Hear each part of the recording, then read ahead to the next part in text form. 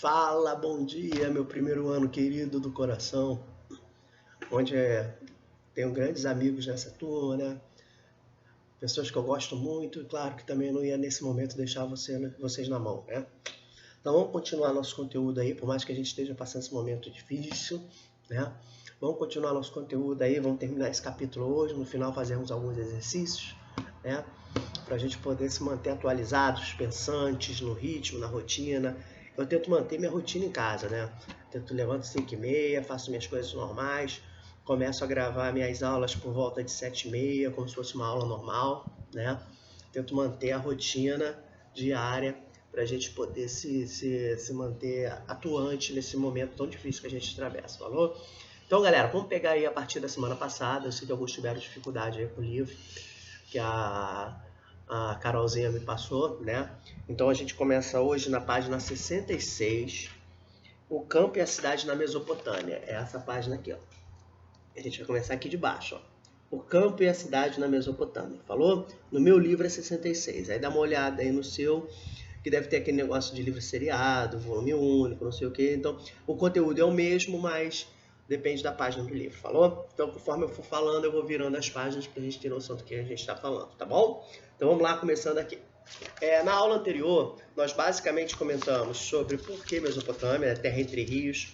Falamos dos sumérios, que foram a primeira grande civilização. Falamos que a Mesopotâmia, na realidade, ela não é uma civilização, ela é uma região que foi ocupada por vários povos, não é isso? Aí, na semana passada, eu quis falar somente sobre isso. Então, nós começamos a falar sobre os sumérios, que criaram o que a gente acredita que sejam as primeiras cidades que surgiram no mundo, né? São 4. Ur, Eridu, Lagash, Nippur. Criaram também a primeira escrita, que foi chamada de escrita cuneiforme, que era através de cunhas, não tinha papel, então eles faziam na argila, no barro, né? Então eles tinham uma ferramenta que parecia um ganchinho assim que eles escreviam, né? Chamada também, deixa eu ver, Dur, Lagash. Eles criaram os chamados zigurates, que eram templos, vamos dizer assim, as características básicas deles. E no finalzinho, eles foram dominados pelo Império Acádio, né? Sargão I, no qual, deixa eu ver se tem alguma coisa que a gente pode falar. O básico ali dos Acádios foi a criação de um calendário com 12 meses, bem parecido com o nosso, tá? Esse é o meu gato fazendo barulho. Então tem 3, tá, gente? Então os 3 é complicado quando eles começam a perturbar. Logo depois vieram os Amoritas, né? Que fundaram o primeiro Império Babilônico, porque a principal cidade dos Amoritas era a Babilônia. Dentro do que a gente pode deixar deles como herança, foi o primeiro código de leis escritas do mundo, que é chamado de Código de Hammurabi, baseada na lei de Talião, né? Olho por olho, dente por dente, né? Que a gente comentou na última aula.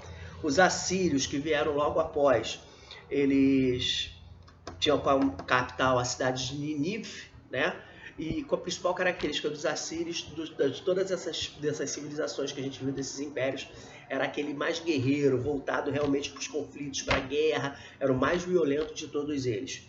E por último, falando deles, o rei Assurbanipal, né, dos assírios aí, por mais que ele seja um guerreiro, ele foi um dos criadores das primeiras bibliotecas do mundo, né? O cara gostava de uma literatura, podemos dizer assim. E logo após os assírios, para a gente terminar, vieram os caldeus, que criaram o segundo império babilônico. O rei Nabucodonosor, né? Foi o grande criador aí do que a gente pode dizer do jardim suspenso da Babilônia, né? Até que eles foram conquistados por Ciro, da Pérsia, né? Ciro I, da Pérsia, que a gente vai estudar também essa civilização um pouquinho mais à frente, falou? Então vamos ver, a gente falou basicamente das civilizações, como é que era a vida desses caras, então, nessas civilizações, nessas cidades, ó. Campo e a cidade da Mesopotâmia. Os povos mesopotâmicos praticavam a agricultura, a criação de animais, o artesanato e o comércio, né? Então, basicamente, era uma cidade comum, onde os 2 primeiros tópicos aí, a agricultura e a pecuária, foi o que fizeram os seres humanos se tornarem sedentários. Isso a gente ainda estava em sala de aula quando a gente estudou essa parte, lembra? E começaram também a desenvolver o artesanato e o comércio, porque com a criação do excedente, né, com a produção de excedente, quando você consome, isso também foi em sala, hein?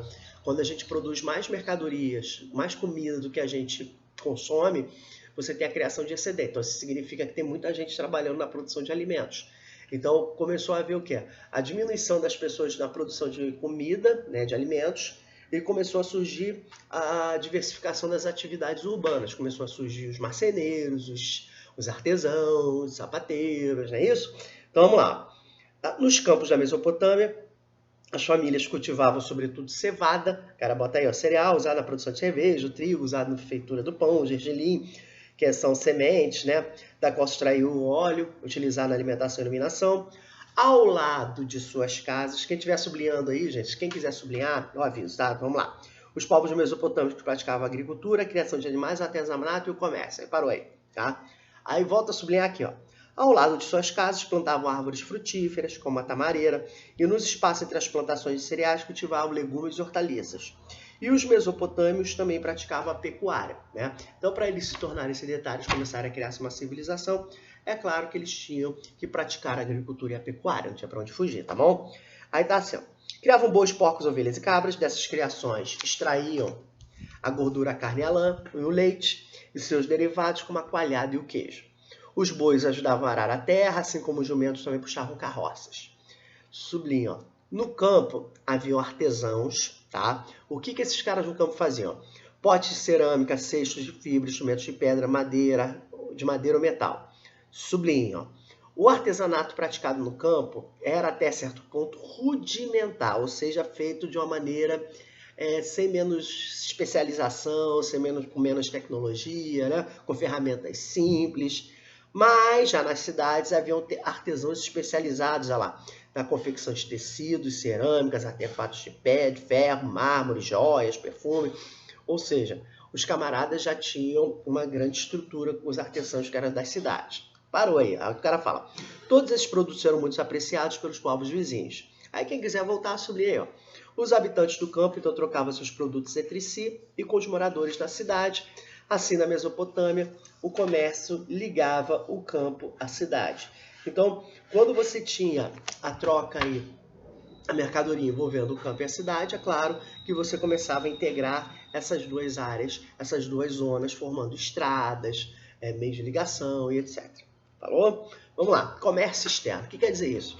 Os mesopotâmicos, gente, como eles viviam numa área muito árida, muito seca, muito desértica, eles também não... Como é que eu posso dizer para vocês?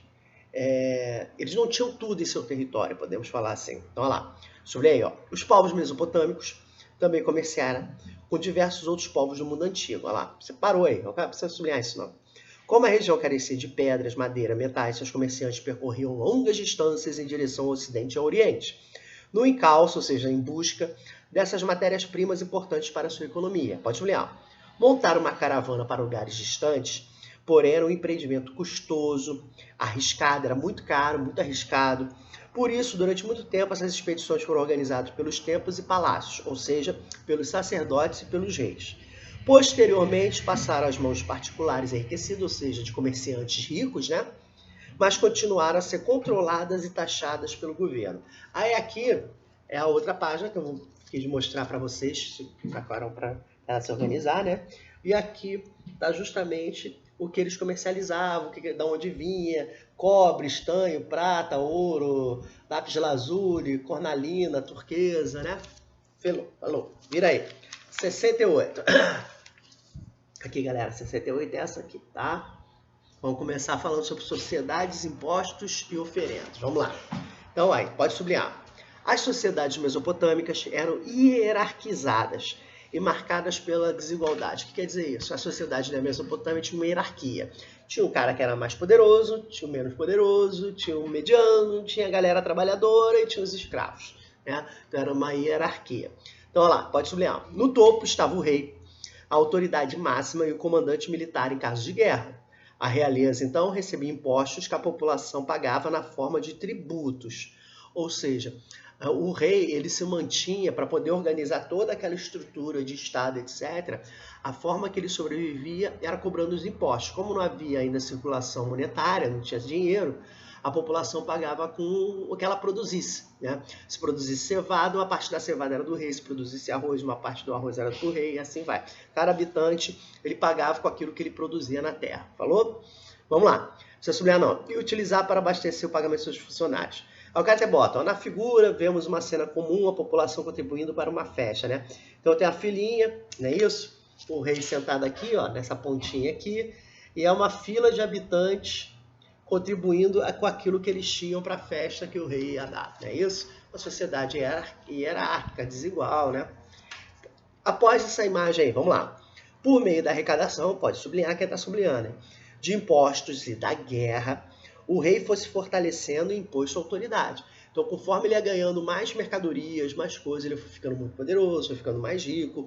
Com as guerras, ele saqueava as cidades que eram vencidas, né?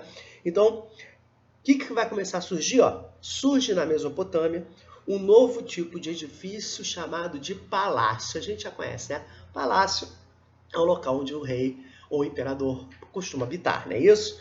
Coisa que não existia até esse momento na história, mas como o rei ele fica muito poderoso, ele resolve construir uma moradia somente para ele, sua família real e seus funcionários, tá bom? Então, a partir desse momento na história que começa a surgir a arquitetura dos palácios. Falou? Não precisa sublinhar, não. Uma construção grandiosa que continha a residência do rei, oficinas, armazéns, espaço reservado ao treinamento militar. Sublinha. Abaixo do rei, na hierarquia social, viam sacerdotes, tá? Depois do sacerdote vinham os altos funcionários. O que eram os altos funcionários? Eram as pessoas que trabalhavam fazendo o censo da população, fazendo a contabilidade, né? É a galera que ajudava o rei a administrar, falou? E os grandes comerciantes. Embaixo, pode continuar. A maioria da população era composta, então, de trabalhadores, livres do campo e das cidades. Tinham estes, os trabalhadores, né? Tinham de arcar com o próprio sustento, ou seja, eles tinham que trabalhar para eles sobreviverem e ainda realizar trabalhos obrigatórios e obras coordenadas pelo rei. Ou seja, tinha que trabalhar para eles sobreviverem e ainda tinham que trabalhar para as obras que os reis tinham que fazer. O rei não tinha operários, não tinha construtores, então ele tinha que tirar em determinadas épocas do ano uma galera aí do seu serviço. Lá o cara era camponês, tinha que trabalhar numa obra, o cara era sapateiro, tinha que parar de fabricar sapatos e trabalhar na obra. Né? Que tipo de obra é essa que os reis faziam com essa galera? Ó? Construção de palácios, templos, muros, pontes, canais de irrigação, diques. Volto a sublinhar. Eles eram obrigados a entregar parte do que produziam também para os palácios, na forma de impostos, e para os templos, na forma de oferendas. E aquilo que a gente comentou no início, os impostos, né? Então, também parte do que os trabalhadores produziam, uma parte ia para os reis e agora também ia para os templos como oferenda para sustentar os sacerdotes, beleza? Continua. Havia ainda as pessoas escravizadas, tinha escravos na Mesopotâmia, tá? Ou eram escravos de guerra ou escravos de dívida. Escravo de guerra é aquele cara que sobreviveu ao conflito de uma outra cidade e os caras mantiveram vivo para ele trabalhar. Ou escravo de dívida é aquele cara que tem uma dívida com você, não tem como pagar e se torna seu escravo, né? Mas elas nunca eram a maioria da população, como aconteceu na Grécia e em Roma, falou? Religião, mitologia e família. Galera, vamos pegar basicamente aqui o que foi a religião. Deixa eu dar uma pausinha aqui rapidinho, porque senão o vídeo fica muito grande. Espera aí.